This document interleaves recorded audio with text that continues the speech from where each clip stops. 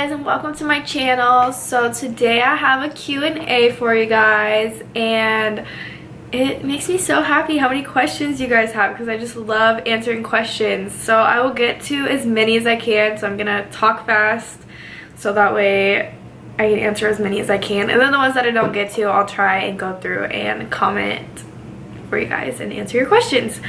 So I actually filmed this video yesterday, and I don't know what happened, but somehow like all my videos from yesterday are gone. I like need to get a new SD card or something because this one just keeps messing up, and I'm so sad because my roommate was here and she was demonstrating stuff for you guys, like on like the push-ups and sit-ups.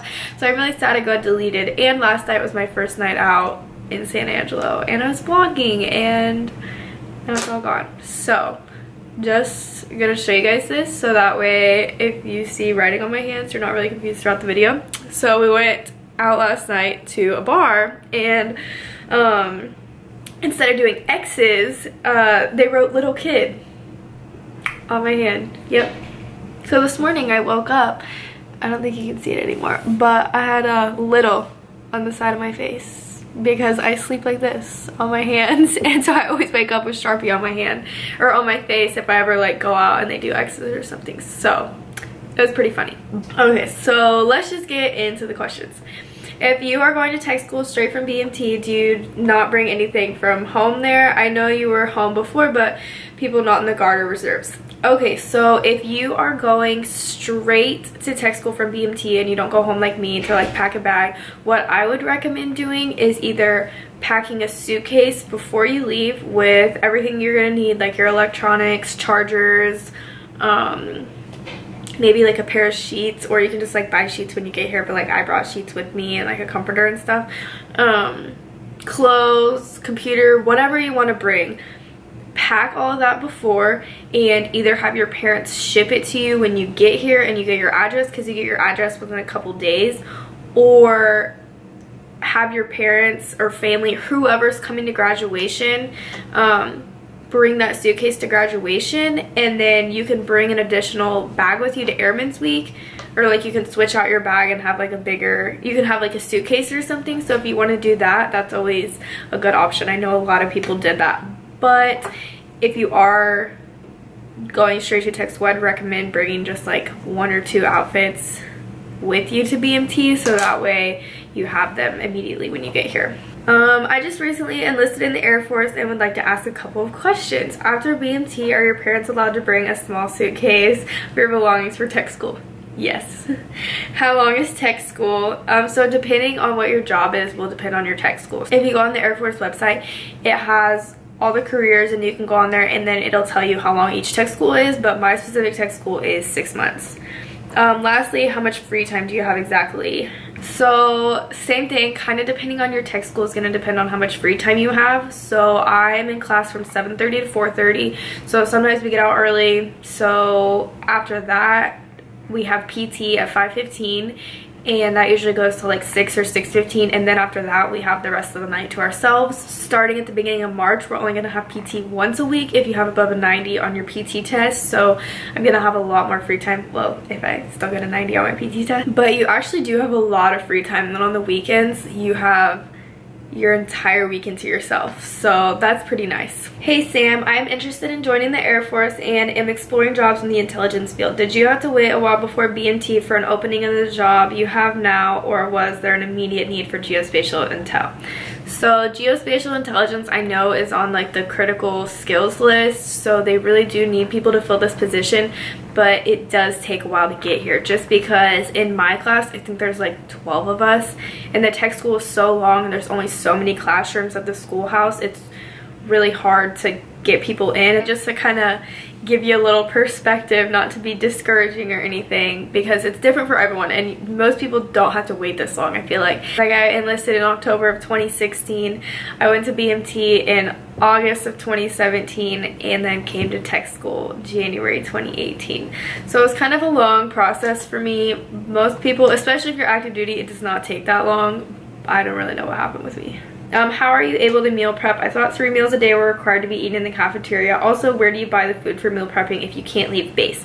So there's a commissary and a BX on every single military base, which is super, super cool because usually it's tax-free and everything's pretty cheap. So I just go to the commissary and it's just like, you know, your regular Walmart or Dillon's, and I just get all my food there. And I also read online that at tech school, when you're in IT or BTP, which is like the first phase, that you have to eat 3 meals a day. And so I thought that too when you got here, but I definitely do not eat 3 meals a day, and no one really like told us that we had to, or that was like a rule. So I know here we get charged like $10.30, $10.45 a day, no matter what. So, you know, we go and our breakfast could be $15, lunch could be $15, and dinner could be $15, and you're gonna get charged $10 no matter what. So I think that's maybe why they say that, but whether you go eat at the DFAC or not, you're getting charged the $10. But the food options are decent, so it kind of makes it worth it. How are you getting your car to tech school? Do all tech schools allow people to bring their cars? So I'm pretty sure at most tech schools they actually do allow you to have your car. I mean, I know here like there's not like a paper or anything we have to sign, but if you're going to like a 6-week tech school, unless you live close, I wouldn't recommend having your car shipped to you. You can't use your vehicle the first month anyways, and then what, you're gonna use it for 2 weeks and pay the $400, $500 to get it shipped to you? Like, I mean, if you want to do that, like, knock yourself out, but just like personally to me that doesn't really seem worth it, just because you're not, like, we can't drive to class or anything. We still have to walk to class. Like, the only reason I'm gonna have my car is like after class I'll be able to drive to the gym because I'm lazy and I don't really want to walk to the gym. And then like on the weekends and stuff, it just gives me the freedom to be able to do whatever I want and not have to like rely on someone else. I'm just really lucky and I live close and I'm able to get my car here because my parents are thebomb.com. But I'm pretty sure that most tech schools do allow you to have your car. What are some of your major goals in life with your career, family, etc.? Do you have a bucket list? What are some of the things on that list? So I'm really indecisive when it comes to what I want to do in the future, and literally I probably change my mind every week, and I'm not exaggerating. Like, 1 week I might want to do nursing, 1 week I might want to be in the FBI, 1 week I just like might want to do YouTube for the rest of my life. Like, it literally changes every single week, and I'm not joking. So right now the plan is exercise science. So I really want to get a major in exercise science and have that background and have that knowledge and be an online personal trainer. And I want to be able to do YouTube and travel and still have a source of income and do the guard. So that's the plan right now, but we'll see what happens next week. Some other things, like, I really, really want to live somewhere else. Not that I don't love Kansas, but I just feel like there's so many cool places out in the world, and I just really would like to venture out and live in different places for a couple years. I really want to go to school in California for a semester. Family, you know, I love my family that I have. Don't really plan on starting my own family. I'm gonna be big chillin' for the rest of my life, traveling the world, doing YouTube. Good stuff. Bucket list, I don't really have a bucket list, I guess. I mean, I guess I have a bunch of places that I want to go, so maybe that's a bucket list. I don't know. But I really want to go to Belize. That is like such a big goal right now. I want to go to Belize so bad. I feel like it's just such a beautiful place, and there's like jungle and there's beaches, and it's just like the perfect location. So I really want to go there. I really want to go skydiving. I think skydiving would be freaking amazing. Like, you just get to see the world from way up high. So cool. And I also want to go swimming with sea turtles. Also, I think it would be really cool to get sponsored by a company that I really enjoy. That's kind of like a goal of mine too, is by the end of next year to have like some sort of like sponsorship with a company that I really like, or whatever that may be. Yeah, I guess that's on my bucket list too. Okay, this one's asking about an updated packing list. I am actually going to be making one of those because they actually give you a backpack when you get to BMT with a lot of stuff. So I'm going to make a video about what kind of stuff to pack again. Also, I'll give some advice from my roomie too, who went to basic. get her opinion on what you should pack. Do you have a boyfriend? Why or why not? No, I do not have a boyfriend. I'm sure if you've seen some of my older videos, you'd know that I did have a boyfriend, but no boyfriend anymore. Sometimes things just don't work out, and that's okay. Sometimes being with someone just isn't the best thing for a person, and sometimes two people just aren't meant to be together, and that's okay. So no longer in a relationship, and I'm okay with that. I'm happy out here living the dream at Greatfellow, so it is okay. What are your favorite YouTubers and what inspired you to start your channel? So I actually have a couple favorite YouTubers. My favorite YouTubers it just depends on like what I'm feeling. So makeup wise and just like vlogs, it would probably be Danielle Manzuetti. Oh my gosh, I feel like that's the first time I've ever said her name out loud. I'm pretty sure that's how you say it though. She's freaking awesome. She does like makeup videos, vlogs, all that kind of stuff, and I think that's what kind of like inspired me to start vlogging, I guess, just because it's not like I do the most cool things in the whole world. I just like vlogging. It's definitely a hobby of mine. It's one of my favorite things to do. Doing YouTube is so much fun for me, and it was like a really great decision to start a channel. But I think that was definitely something that kind of like pushed me to start a channel. I've always really enjoyed like putting videos together, so anytime I'd like go out and do something, like if I would like film a bunch of things with my phone, I'd like put it together and just like make a little video out of it. Oh my gosh, my fridge always shakes my camera. And I got a GoPro like 3 or 4 years ago for my birthday. That really got me into like filming things and editing things and like making videos, so I really enjoyed doing that. And then like fitness, Whitney Simmons is the bomb.com. She also has like vlogs and stuff, but like she's awesome. I love her. So those are probably my 2 favorite YouTubers. Okay, I just recently enlisted in the Air Force Reserve, and I was wondering if you could answer a couple questions. What is PT like during BMT and now at tech school? PT at BMT is 6 days a week. It alternates back and forth between run days and strength days. The run days, it's a 26-minute self-paced run and like 6 minutes of sprints and walking. And then the strength days, it just consists of like body workouts, so like push-ups, sit-ups, in and outs, mountain climbers, burpees or squat thrusts, whatever they call them there, pyramid push-ups, like that kind of stuff. But at tech school we only have PT 3 days a week, so it's kind of nice. But then like I said, starting in March, it's only going to be 1 day a week if you have above a 90 on your PT test. And it's the same thing. They try to alternate back and forth between run days and strength days, but it's a lot different here. They try to like mix it up and make it more entertaining, I guess. Like sometimes we'll run on the flight line, or we'll run the trails, or go to the football field and do a workout, or just like different stuff like that. They try to make it fun so that it's not super boring, but it's only like 45 minutes. How is the PT test administered? Order of events, and how is it graded? So the PT test consists of push-ups, sit-ups, and run, the 1.5 mile run. So you do push-ups and sit-ups first, and then you do the 1.5 mile run. At BMT, they might have you do your run first and then push-ups and sit-ups, but for an official Air Force PT test, you will always do the strength portion first and then the run. So it's a minute for push-ups and you have a minute for sit-ups. So at BMT, I can't speak for an official Air Force PT test because I've never taken one. I've just done the one at BMT, but you had like a partner, and they have the MTIs like walking around, and they have you like get down, and everyone starts at the exact same time, and your partner will count your reps for you. So don't lie, don't cheat for your partner, like don't lie about their numbers, just don't do it. It is not worth it. You will be in so much trouble. You'll get recycled.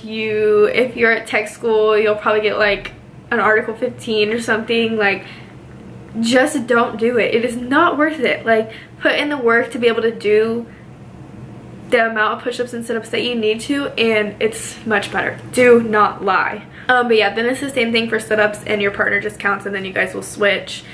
And then you do the 1.5 miles. And as far as grading, if you go online, there's actually like a sheet somewhere.